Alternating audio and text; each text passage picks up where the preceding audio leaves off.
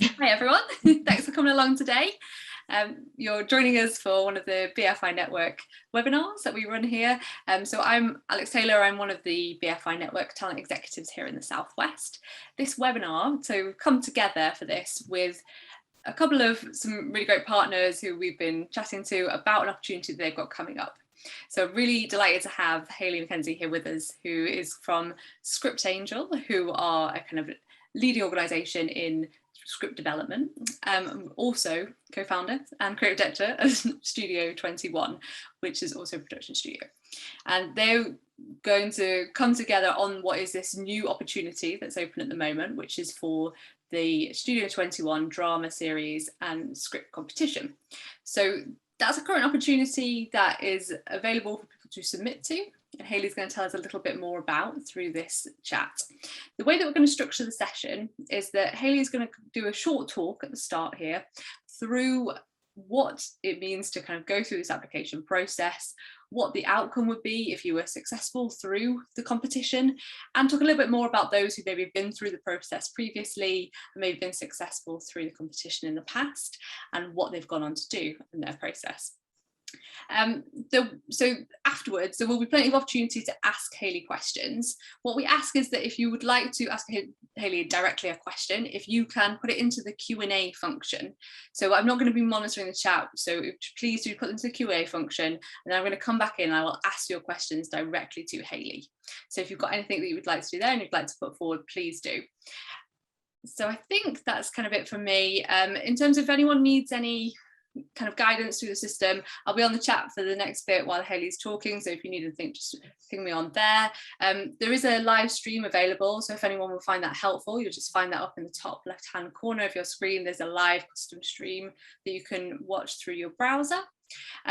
Also, I'd recommend, if you wanted to, you can switch your view so that you can see either both of us or just Hayley individually, which you can change throughout the event. So you just do that in your top right hand corner. There's a speaker view or the gallery view.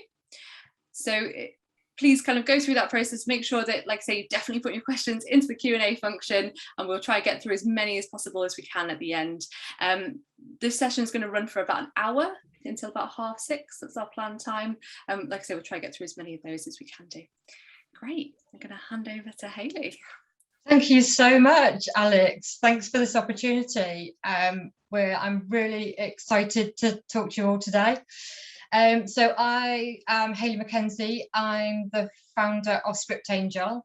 We are a professional development organisation for emerging screenwriters, and we are a partner on the Studio 21 drama series script competition. And in that partnership, Script Angel is responsible for the evaluation of all of the submissions that come into the competition, and our team of readers evaluate all the submissions and generate the shortlist.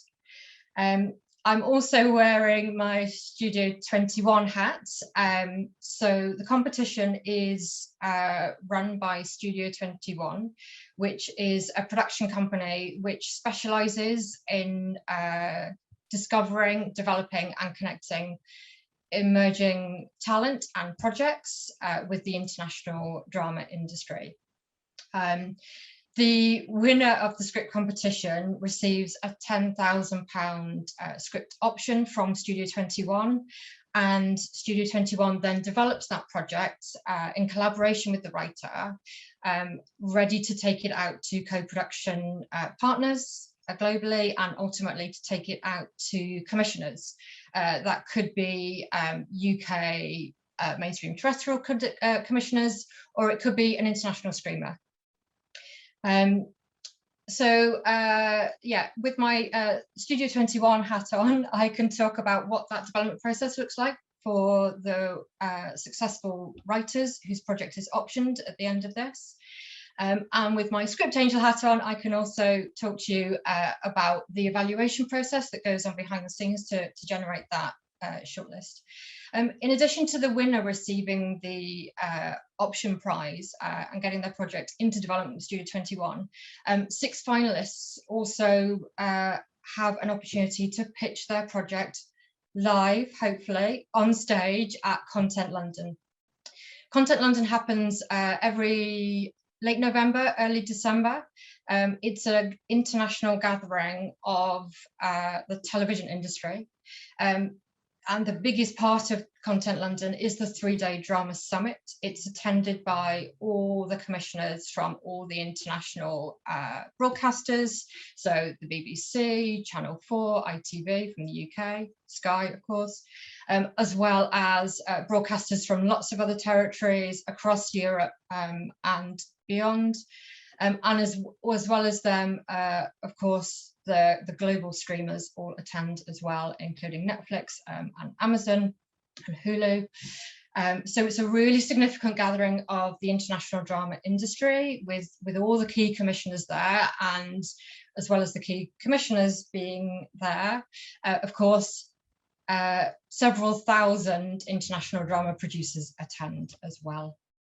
And so those 6 finalists have the opportunity to pitch their projects at Content London to that audience, which is in itself a fantastic opportunity. I was going to mention as well, sort of, I suppose, to talk a little bit about what those finalists have gone on to do. So even those finalists who aren't the winning project, that opportunity to pitch at Content London has really opened a lot of doors for those writers, and often those projects as well. Only a couple of years ago, one of our finalists was read, obviously, by the judging panel at the end of that process, pitched their project in the room, and a producer really loved it, didn't pick up that project, but in conversation with that writer, then went on to commission another project. He's David Chidlow, and his project was just announced a couple of months ago. It's called War Rooms.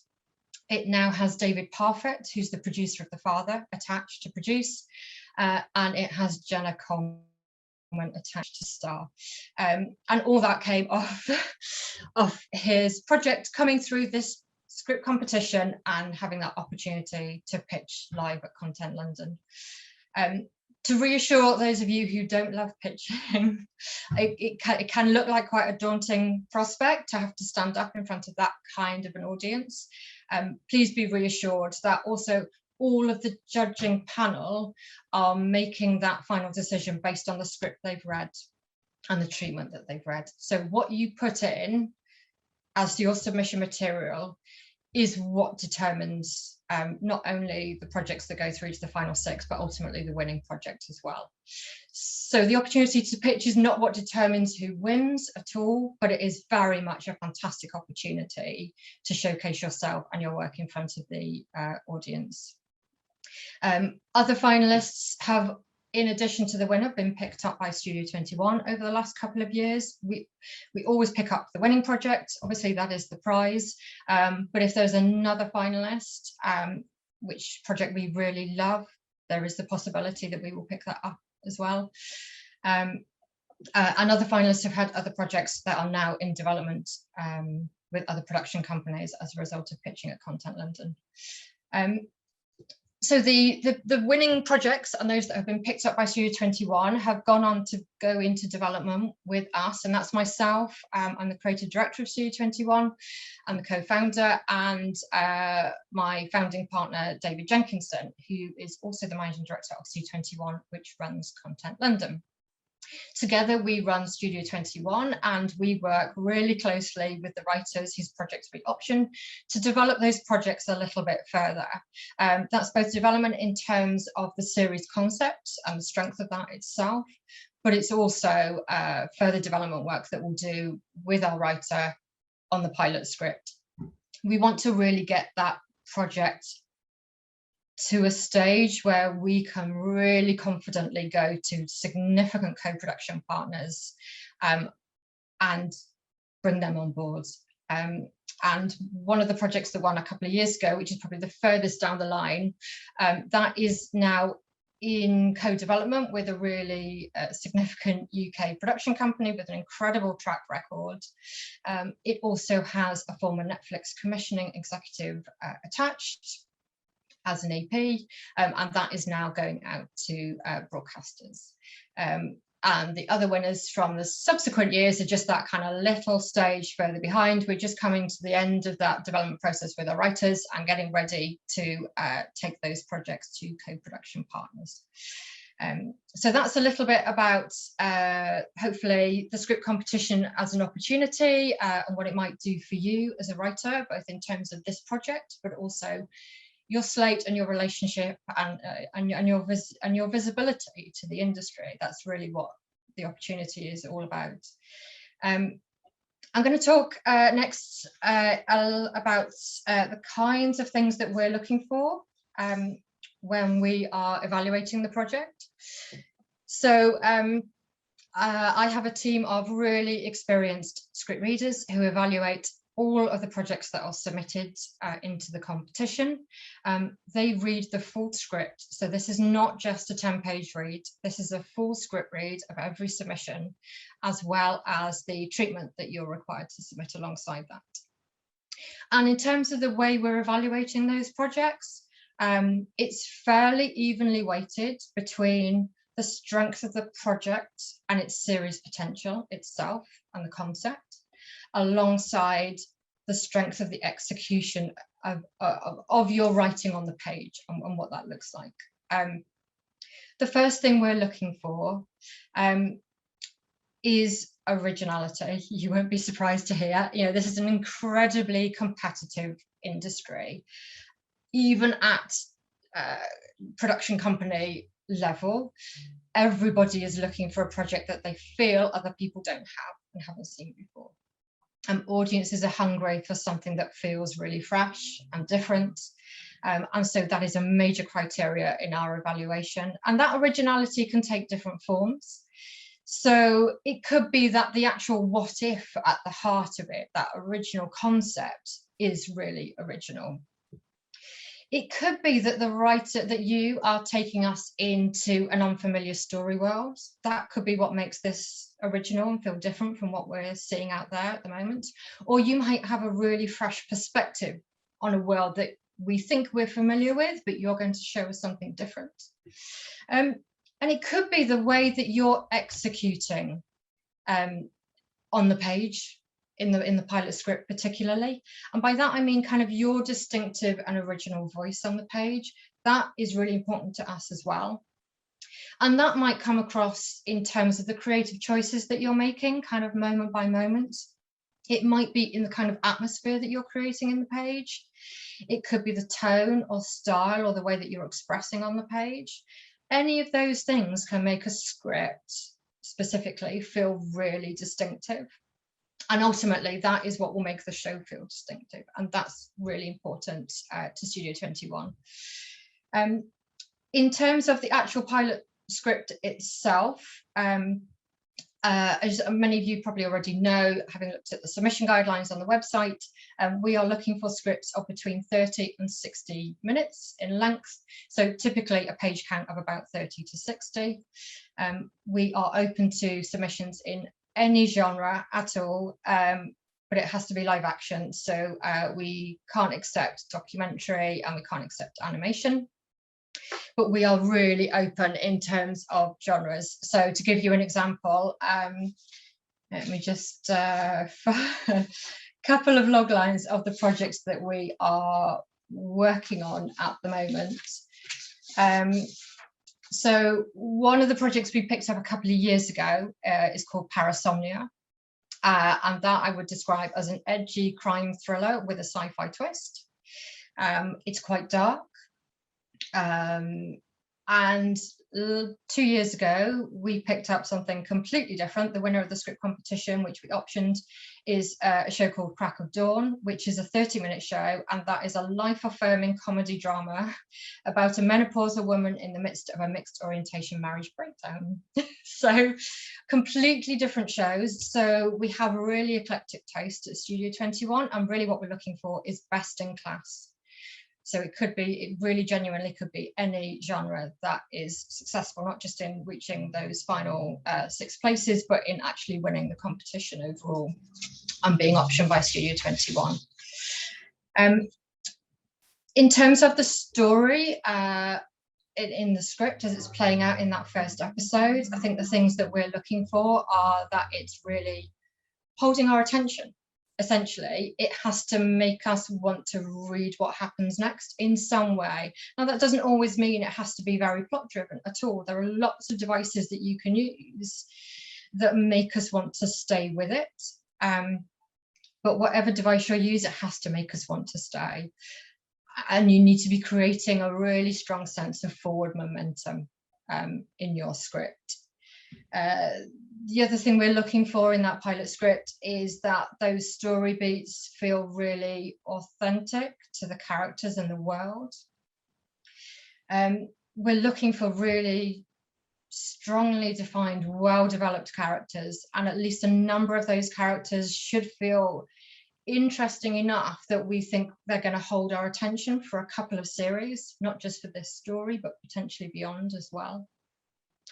And we're looking, of course, as you'd expect, at dialogue being really authentic to each of those characters. So really, really well written dialogue on the page. We're looking for a consistent tone across the script. And essentially the readers have a really wide brief in terms of how you're delivering that. You know, if it feels like a compelling read, if they're immersed in your script, then however you've done it doesn't matter. If we are immersed and we want to keep reading, then you're doing it right. And it doesn't matter how you've done it or what genre you're in or how you achieved it. So yeah, we want to be kept in your world by what you're doing on the page. In terms of the series treatment, it's worth saying that there is quite a lot of weight given to the series potential. So it's not, your project will struggle in the competition if you've got a great opening episode 1 and then no idea what happens afterwards.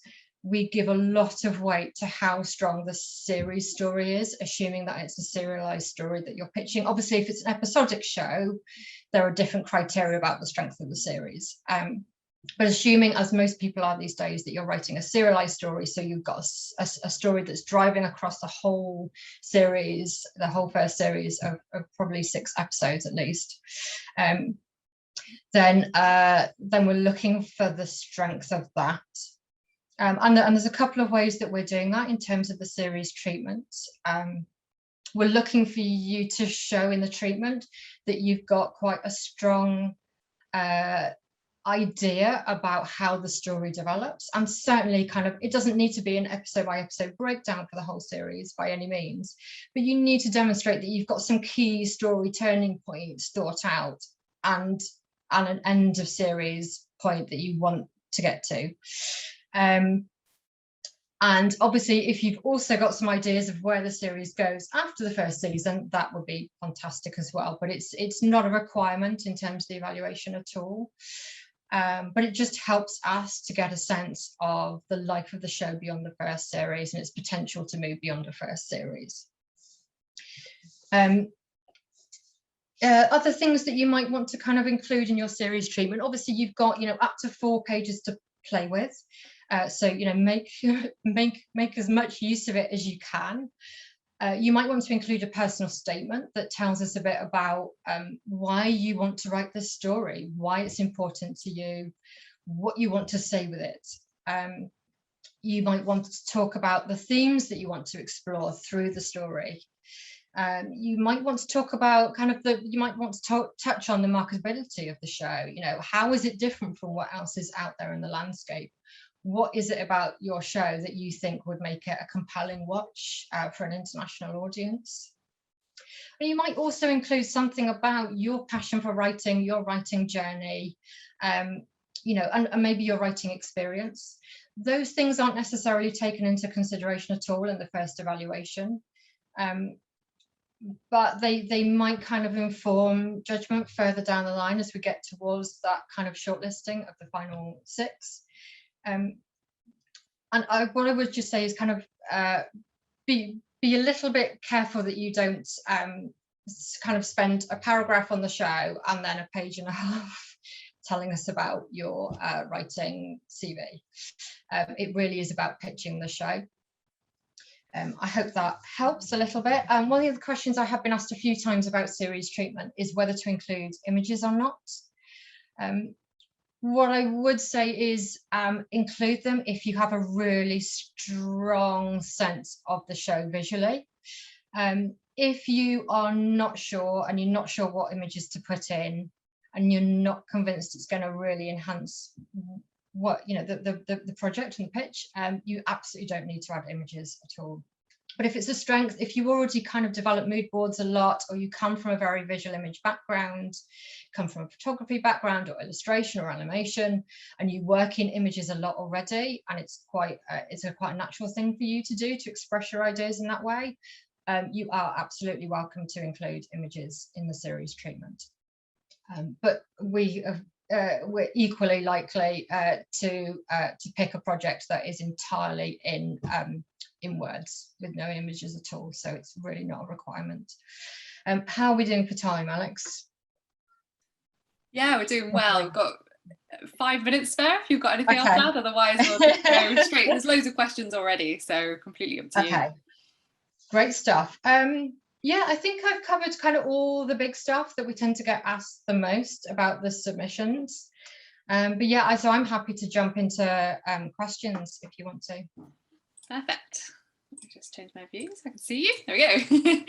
Brilliant. So I'll start with a couple of questions, maybe around potentially the story treatment, just because that's where you've kicked off last. Yeah. One of the questions you already answered, you were straight in there with the images, so that's good. Yeah, get asked that a lot. There's one here that's kind of just asking more generally around whether we just need to show in the treatment the story arc for the first series, or more generally beyond that. What would you say? I would say I think it's really important to show the story arc over the first series. But like I say, it can be pretty sketchy. I'm not suggesting at all that you need to have worked out, an end of episode 1, 2, 3, 4, and 5 hook. It doesn't need to be that detailed a breakdown of the story, but definitely it's worth thinking about the series story as if it was a feature film, which essentially a serialized story is. It's a single story, but just told over 6 hours instead of 90 minutes. So think of it as if you're pitching a series story. And obviously, because you're sustaining 6 hours rather than 90 minutes, you're going to have a lot of other stuff at play inside that series. But you don't need to go into great detail about all those other strands. If you have them, definitely find a way to get them in there. The more you've thought about the story beyond episode 1, the stronger the proposal is for the show. Because ultimately we need to do that work. You need to do that work, whether that's before we pick it up or when we work with you. Whatever is missing in terms of the development of the series and the story after episode 1, we need to do that thinking and working out and creating. It's a bit like, could I write the first act of a feature film? Well, yes, you could, but you kind of need to tell me where the story goes after act 1. Otherwise, you're not really pitching the story, essentially. That makes complete sense. And there's a question from Rachel here around whether there's any sort of example treatments available, just in terms of ones that you feel have really kind of got across what you're talking about here. I know it could be quite difficult because obviously the copyright with the treatment will obviously sit with the writer, but is there any spaces that you can think of where there may be treatments available for people to sort of take a look at potentially, or TV pilot scripts? Yeah, so the scripts is a really easy one. As I'm sure a lot of the audience will know, a lot of writers will already know, BBC script library is incredible.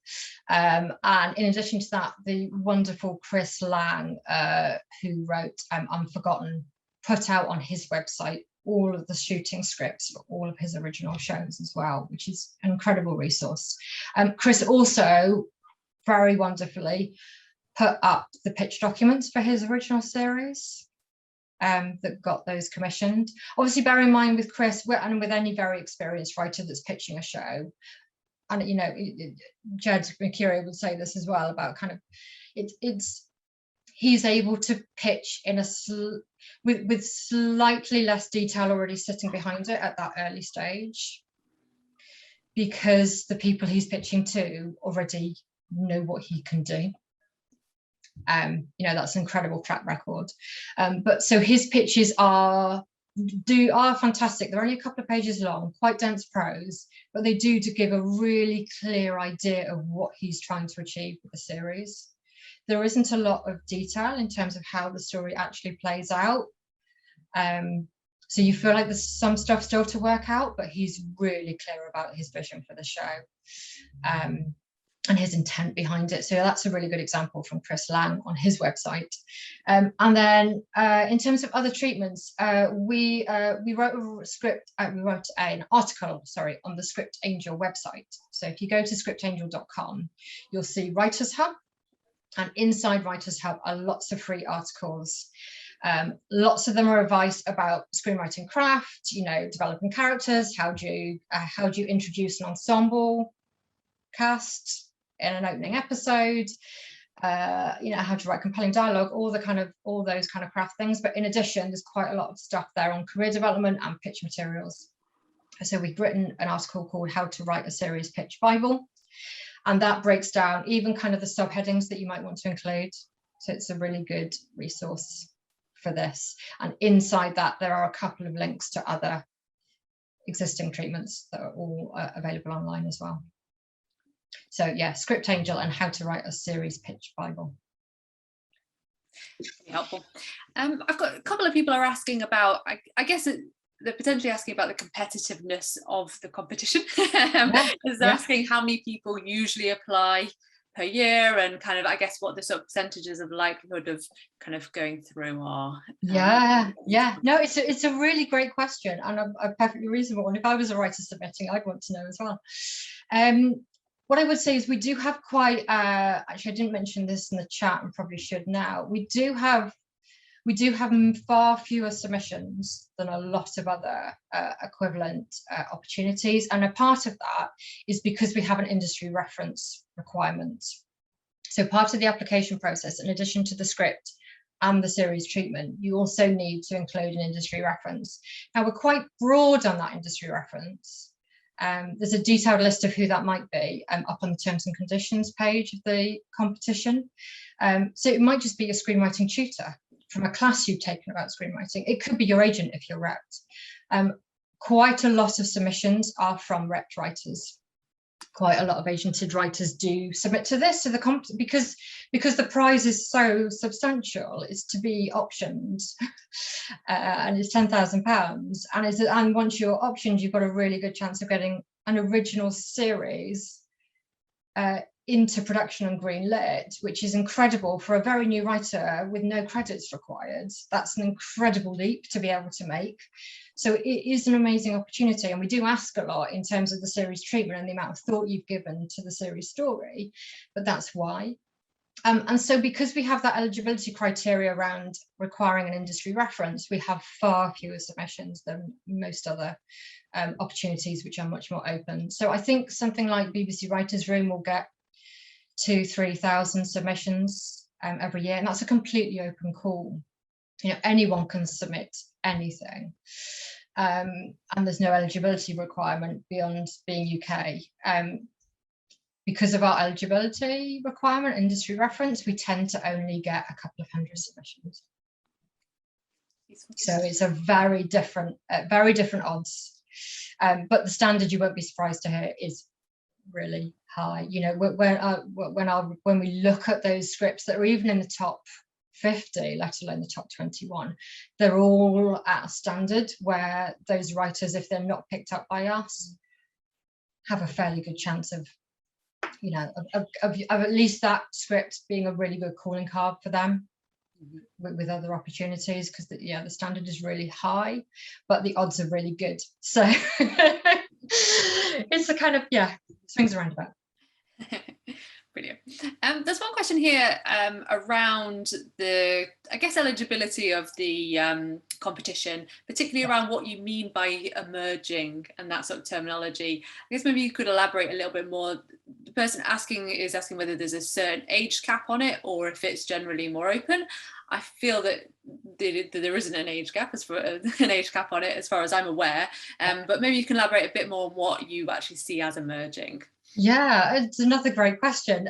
So there is absolutely no age cap, and nor is there at the moment anyway. There is no cap around experience. Um, so we don't cap off and say if you've done a certain number of things, you're not eligible to submit. That said, what I would say is, because the prize is to get your project optioned by Studio 21, essentially, if you're already an experienced credited working screenwriter, you've got an agent and they're already sending your original project out to all the production companies. What we're doing is offering that opportunity to get your original series into development, even if you haven't quite got those credits yet. So a lot of the writers who submit are repped, but they're quite recently repped, and they're still at the stage where their calling card script is getting them good general meetings, but it's very unlikely to get picked up by more established production companies. What I think we're really good at doing is taking a risk on much less experienced writers. So our writers have a lot of potential, and we believe that they have the ability to deliver a 6-part series for a major network, but they don't necessarily have the experience of doing that on other shows yet.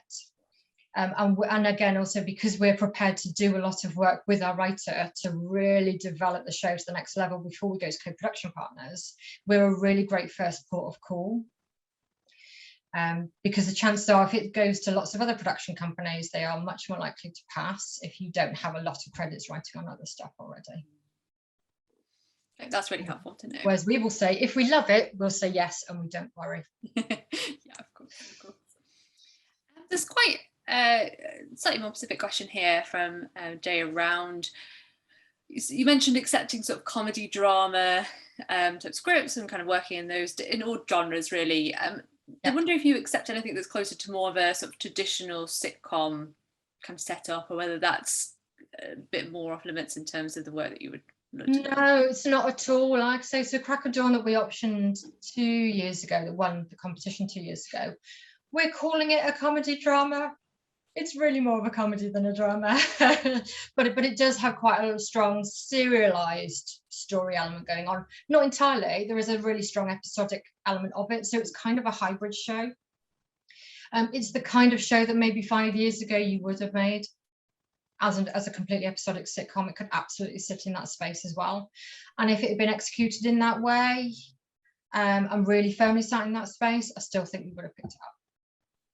So yeah, absolutely open to that. It doesn't have to be a hybrid comedy drama in order for us to be interested in it. Crack of Dawn is laugh out loud, proper comedy. There's a question here around kind of what type of series that you prioritise. So whether that would be sort of returning series, limited series, or mini series. Is there anything you're specifically sort of looking for, or are you quite open to that? Yeah, we're definitely quite open, which is why it would be nice to know you've got an idea of where it goes after series 1, but it's not an evaluation criteria at all. If you have a vision of it being just a limited series, so just running for those 6 episodes and then the story's over and you don't believe it carries on beyond that, that's absolutely fine as well. What I would say is we are not open to shows that are intended to be less than 6 episodes. So those kind of short form serials that we do in the UK brilliantly, the kind of 3-4 parters, we're not open to those. It needs to feel like a full series, which here in the UK would be 6 hours. Obviously in other territories they would be much longer, but we're definitely open to it landing at 6. Obviously if your intention is for it to be 8 or 10 part first series, that's completely open as well. So it needs to be imagined as a minimum of 6 episodes for a first series, but if you feel like it finishes at the end of that story, that's completely fine as well. And there's a question here around whether it's useful to refer to like other shows and comparable shows. For example, you know, my script might kind of feel a bit like Feels this, like a bit like this. Yeah, reach the same audience as this program. Do you think that's something useful that's maybe to put into the treatment, or something that you've seen previously? Yeah, I think it's a really mixed bag on this one in terms of like the industry temperature as well. So I talked to some other EPs about this kind of stuff, and also not just in terms of what gets pitched to us and what we like, but how we then pitch upwards as well. Because obviously whatever we take on, after we've worked with our writer and developed it together, we're then going to take it out to co-producing partners, and together with them we're going to take it out to commissioners. And we internally have this debate all the time about, do we reference other shows or not? If you have a really strong view of it, don't be afraid to put it in. We're not against it at all, but you absolutely don't need to. It's a kind of horses for courses one for me. I don't mind it. I don't have a strong feeling either way. I've got a couple, kind of the same question from two different people around, because it sounds like last year you had a kind of more specific sort of theme to the call that was that was COVID. Yeah. Did it, and obviously that had sort of contained sort of restrictions because of that and what your expectations were. Is that still part of what you're looking for now? Is that still something, or is that you've sort of moved on from that and there isn't necessarily a theme anymore? So those two evaluation criteria that we put in place for last year were really specific to what we knew commissioners would be seeking kind of at the back end of last year and into this year, and they were very COVID specific. So one was around a limited number of locations and budget, so producibility really of the show, and the other one was around kind of escapism. There was a really strong mood, and both David and I were kind of taking the temperature a lot in the run up to issuing those evaluation criteria around what people were looking for and how they felt they would be looking kind of for the next 12 months to 18 months. And so those evaluation criteria were really specific to last year's call. They are completely gone for this year. You can be as dark and nihilistic as you want. It doesn't have to be escapist, and there's absolutely no concern about budget at all. Again, this is where we're quite kind of, we're really uniquely placed because we're able to take on really big, ambitious, potentially expensive, high budget drama series, original drama series from completely inexperienced writers, which is quite a special place to be, and I feel very privileged to be in that space. But yeah, there's absolutely no concern about budget. If it's brilliant and it needs it, that's not a problem. I'm just question from Mella here around, I guess, understanding how the talent are kind of paid through the structure of the system. So kind of finding out, just asking if the work done during the development process with Studio 21, i.e. like redrafts, series Bibles, etc., are paid, and does that cover an option fee in order to cover all the development work? Kind of what, I guess, where does the money go, I suppose, in terms of the... Yeah. So it's a slightly different proposition for, so the winner of the script competition receives £10,000 prize. And a part of that is an option fee, and a part of that is against the purchase price. This is very technical, and it'll make sense to some of you, but not all of you. So some of that is against the purchase price, but it's non-recoupable, which means if we decide not to go ahead at the end of the option period any further and take the project further, that money is still yours. So whatever happens to the project with Studio 21, that £10,000 stays with the writer. It's not recoupable at all. So it's essentially an option fee plus partially against the purchase price. What I would say is that we do a full, you won't be surprised to hear, a full option agreement with our writers through their agent. If the winning writer who we want to option is not repped, we will help them find representation. They will not be doing this deal on their own, unless obviously they particularly want to. They will not be in a position to have to do that. So we're typically dealing with it. Well, we're always dealing with an agent who is representing the writer and representing the writer's best interests, and getting, as I'm sure we would all expect, getting the very best deal they can for their writer. And the agent and us meet kind of in a perfectly reasonable place. You know, we're an established production company. We are perfectly legitimate. We deal with all the agents all of the time, and we negotiate really reasonably. So yeah, typically an option fee will anyway, and I'm sure a lot of you who've gone through this process in terms of contracts and options will be familiar with this, is that the option fee typically includes some revisions, but it's capped. So it's kind of, I would say, industry standard practice in terms of development is what we're doing. Great. There's a couple of questions around I guess the format and sort of intention behind Studio 21, in terms of like some people just asking more generally about how long you've been running and kind of the model and the way that you work. And also if you sort of wanting to elaborate a little bit further on the sort of co-production international setup that you're talking about, maybe just give us a bit more detail about how that would typically work. Yeah, so Studio 21 in its current form has only been running for a couple of years, but before that the winning project was optioned by C21, which is David's organisation, which also runs Content London. So David and I have been working together on the script competition for probably about 5 years now, and I've been involved in script angel evaluating, and then also working with him on those option projects for about 3 or 4 years, I think. Earlier script competition partners before Studio 21 was formed included Creative England 1 year, it included E1 another year, who picked up the winner. So Studio 21, its current form, is a couple of years old, but obviously both myself with 20 years of scripted development experience and development exec formally, and David running C21 Content London, and all of the relationships that he brings to Studio 21, knowing every commissioner in every territory, as well as obviously all the leading production companies and producers. Between us together, we bring a lot to the table. He is really brilliantly positioned to help us connect with the right co-production partner. And obviously I have an absolute passion for working with writers to develop projects, and a lot of experience in that space. So yeah, we're quite new, but what I would say is, because David and I's track record before we came together to form Studio 21, we have long established relationships with the agent community. For example, I've been working with agents for 20 years, so they all know, not just at Script Angel, but obviously as a development exec, I've done deals with, every agent in the UK in my kind of informal years.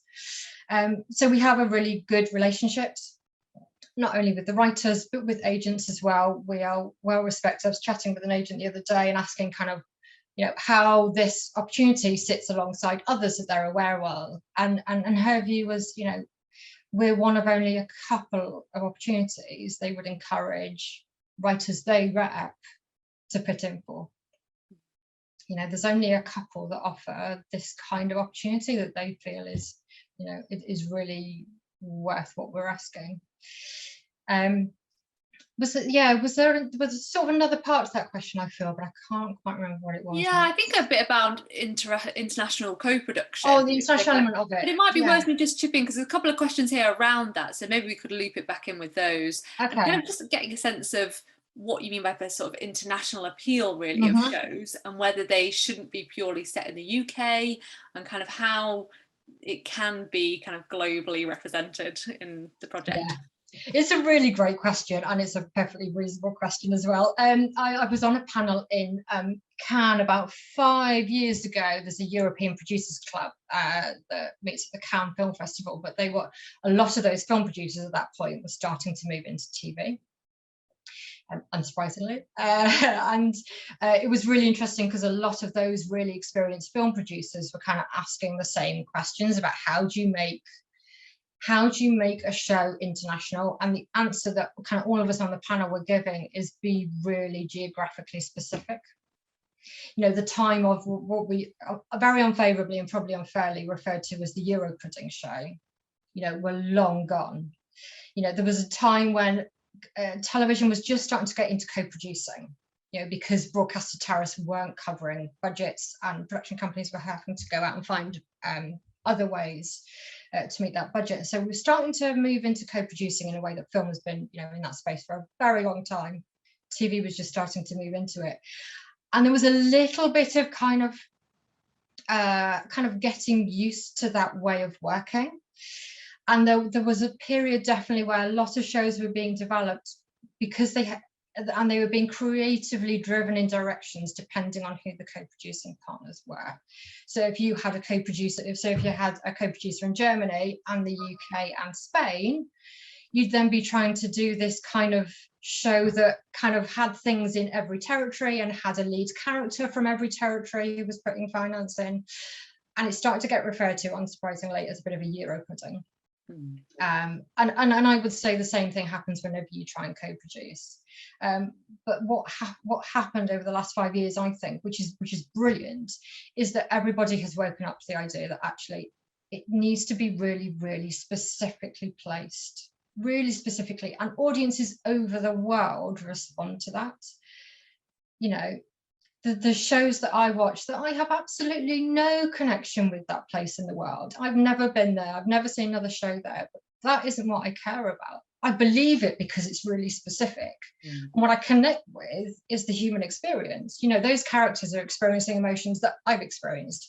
They're lonely, or they're struggling with identity, or it's that human experience and those themes that make it international. And that's really what we're looking for. So being culturally specific and being geographically specific is a really good thing, in my view. I hope that helps. And in terms of the international aspect, in terms of Studio 21 and where we go with the project, so the project can be set anywhere in the world. And obviously, we would then look for co-production partners with an amazing track record in that kind of material in that territory. So at the moment, the majority of the shows, because the majority of the submissions are UK. And so most of the shows on our slate, although not all of them, are UK set. And so we are looking for the right co-production partner in the UK. But a number of them are set in other territories as well, or partially set in other territories. And now we're looking for co-producing partners in those spaces. And it's possible as well that some of those shows might evolve to actually be commissioned out of other territories first. It might be that actually we end up, us and the co-producing partner who comes on board, going to Netflix in the US. Right, we have relationships with all the commissioners in all the territories. So obviously Netflix UK has its own commissioning team, as does Netflix US, and Canada has its, every territory has its own commissioning team, even for a big streamer like Netflix.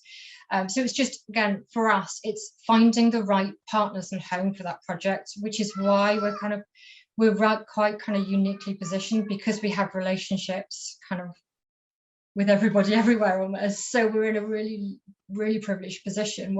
Whatever your show needs, we can go and make that happen. I have a question which I think might be quite a straightforward one, just about, there's a couple of people asking about reapplying with the same project.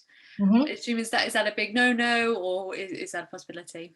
Yeah, it's a good question, which is why I put it on the FAQs on the submission guidelines, because we do get asked it all the time.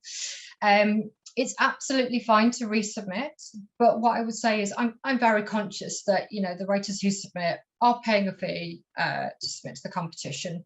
So I would just make sure that you feel that you have made significant improvements to the project in the intervening periods. I wouldn't submit the same draft with the same script, because if it didn't make it last time, I don't know why it would kind of do differently this time. But if you've gone away in the intervening periods and had some feedback and had some really great notes and done some great rewrites on it, and you feel like it's a much stronger proposition now than it was 12 months ago, you're absolutely welcome to resubmit. And hopefully, again, another quick one around whether co-writers can submit together and whether that's benefits in any way, or if that is kind of treated exactly the same as a single solo writer would apply. We accept submissions from co-writing teams, maximum of 2 people. And absolutely, we had a couple of years ago, I think he's probably on the call, I'm sure I saw a hello in the chat today. We had a co-writing team who were finalists a couple of years ago. Absolutely a delight to work with, would happily work with a co-writing team any day of the week. As long as the project is brilliant, don't mind at all. Sounds great. There's a question here around whether you make this scripts or projects anonymous when you're kind of reading them and blind reading. I guess really the root of this question is asking about who's making those kind of decisions on scripts. Maybe you could tell us a little bit more about who's actually reading the content and who's involved in that decision-making process. Yeah, absolutely. So like I say, so we bring in a team of independent readers to evaluate the submissions in the first instance. And the reason we do that, so obviously at Script Angel, I have a team of really experienced script testers who work as our screenwriting coaches. But in order for our own Script Angel client writers to be able to apply, I don't want conflict of interest. So the team of readers who I bring in externally haven't worked with any of our writers, which means that our writers are in exactly the same position as a Script Angel client as any other writers submitting. And those independent script readers are really experienced. Actually, what I probably will do kind of over the coming years is start to kind of make that a bit more transparent. I think it's an issue with all of these things, which is who's making that judgment. I think it's a really fair question. What I would say is, if you look at Script Angel's track record in terms of script testers and the coaching team, it's a similar standard and expectation of experience and taking the work really seriously. Everybody is very conscious that they're making a judgment about somebody else's creative work, and we're very mindful of that. And in terms of whether it's a blind read or not, so the readers can see the name of the writer, and so when you're sending your script and it's going to have your name on it, your series treatment will have your name on it, but they are not. They're just then reading the script. So they know the name of the writer, but they don't know anything else about that writer at all. And I don't think, and I think also we have a kind of, again, another kind of conflict of interest kind of policy in place, which is if any of our readers have come across this work in any other space, because I'm conscious that, brilliant readers read for other schemes and may have done freelance work with writers. So if they come across the project in any other way, they pass on it and somebody else reads it. So it's as close to a blind read as we can get without actually kind of doing the taking the names off and all of that stuff. Whether they're not making a value judgment on, it's just a name on a page. Great. A quick question here, I think it ties into the question further down as well around, so someone is asking that they're planning to attend London Screenwriters Festival in September. You mentioned that you don't like the scripts to have been shared too widely before they kind of come into you. Obviously they're not repped at the moment, so it's quite a good opportunity for them to share this at the festival. So they want to just double check that wouldn't be sort of a conflict then if they were trying to share the script to get repped in order to. It's a really great question. So we have on the submission guidelines, we do have a bit about kind of ideally your work won't have been very widely shared among established production companies. So it could have been submitted to any other competitions before, that's not an issue at all. And it might have been shared with a small number of producers. What we don't want to be is kind of in the position where the project comes into the script competition a year after your agent sent it to all 50, potential production companies who might be interested. Because obviously they've passed, or you wouldn't be putting it into the script competition. And that then means if we then pick it up and we do that work to develop it to the next level with you, that rules out going back to those other production companies who've already passed on it as potential co-producing partners. Even though we will have really elevated the project with you, they've already seen it and said no, which makes it a much more of an uphill battle. So if it's been shared with a few producers, a few production companies, that's absolutely fine. If it's been round 50 and been passed on by all of them over the last 12 months, it will make it more difficult. Again, it's not something that the readers are evaluating early in the process at all, but it's something that might kind of inform a decision much later down the line. There's a question here to sort of elaborate a little bit on who may be that sort of industry reference for you if you aren't repped. You mentioned maybe like a screenwriting tutor or someone who's kind of involved. Are there any other suggestions you might have for potentially people that could put you forward? Would, for example, if there was development execs or producers, what kind of roles typically do you see from that? Well, so we listed a couple on the submission guidelines. So we've asked for apologies for reading off notes, but I just want to make sure I don't forget anything we've previously kind of said we accept.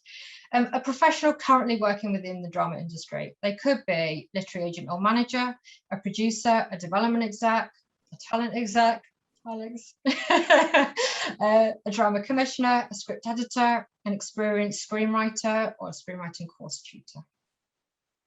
We're just looking for someone who has kind of gone a step beyond writing a spec script on their own, because it's such a big leap to then work with a production company in that development process, that we want you to have at least kind of engaged with the industry in some way. And that might just have been taking your writing so seriously you went and did a class about it, and that's absolutely fine.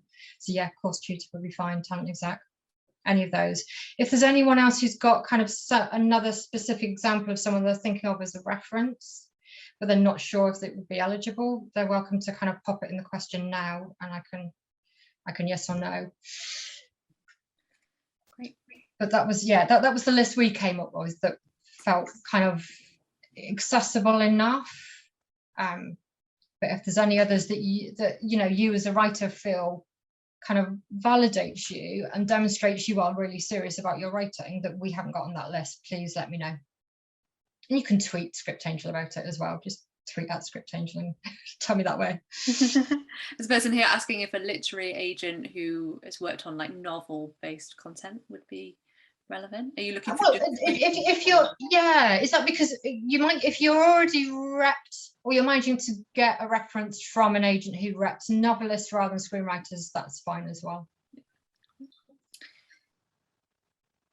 Yeah, and someone's asking about references through a producer in the film industry, but I think that would be a clear yes from that one. Yes, so a mentor who's actively working as a producer. Yeah. References from like broadcast journalism, I guess from other fields, would that be, or starting to move quite a long way away from scripted drama. Once we get into journalism, it kind of does need to be fiction really in some way, which is why I think the novel kind of is such a close kind of sister alongside all those other, any audio, theatre, any of those spaces, anything where you're kind of writing fiction, and ideally writing fiction for performance. Those kinds of spaces are such kindred spirits of television screenwriting that they're fine. And the only other suggestions people are putting forward are around potentially another already optioned scriptwriter, or maybe a successful sort of TV director who's working in drama. Would you accept it from, I guess, other people who have gone on and made those leaps already in the industry and taking those creative roles? Would that kind of sit in the same ballpark? Yeah, absolutely. An experienced television drama director. Absolutely. Yeah, I'll add it to the list. Great, so we're kind of coming to the end now. We've only got a couple of minutes left. I think majority of questions have been answered. What we'll do as well, so afterwards everyone, you'll receive an email directly from Zoom. There'll be a link through to the website. There's the guidelines are there that Hayley's referring to. Hopefully that should answer the majority of questions. Hayley, what's the best way for people to get in touch if they have further questions around the opportunity? Is there like a contact form or a way that they can get in touch? Yeah, so the best, but the kind of most responsive route is probably the contact form on the Script Angel website. That's the quickest way I will see it and be able to respond to it quickest. You're welcome to kind of tweet us, but we're not as active on Twitter as we probably should be or would like to be, so it could be a few days before we check those out. Brilliant. So it's 1st of October, so you've all got a bit of time yet. So if you need to get your questions in, I'll get them over to Hayley as soon as possible and kind of go from there. So we have made a recording of this, and what we'll do is we will upload this to the Film Hub Southwest YouTube channel. So if you've kind of found us through socials, we'll put it back out through there and we'll share with Hayley and their team so that they're able to share it their end as well. So you should be able to catch up. It usually takes us a day or two just to get all the subtitling and everything together with the file, but do keep an eye out for that if you'll find that useful reference later on. We're also going to send out a little feedback form. If anyone's got any time to fill that out, that will go out tomorrow in the email as well. So please do, we'd really appreciate that. It's really helpful for us. Great. So I'm sorry for not getting through everyone's questions. There's loads here, but it's really great. It's really lovely to meet you, Hayley, and kind of get to know a little bit more about the competition and kind of find out all the inner workings. Thank you so much for your time. Thanks so much for the opportunity, and we can't wait to see all your scripts. Brilliant. Thanks so much, everyone. Thanks for coming along. Thanks. See you all again soon. Bye. Bye, guys.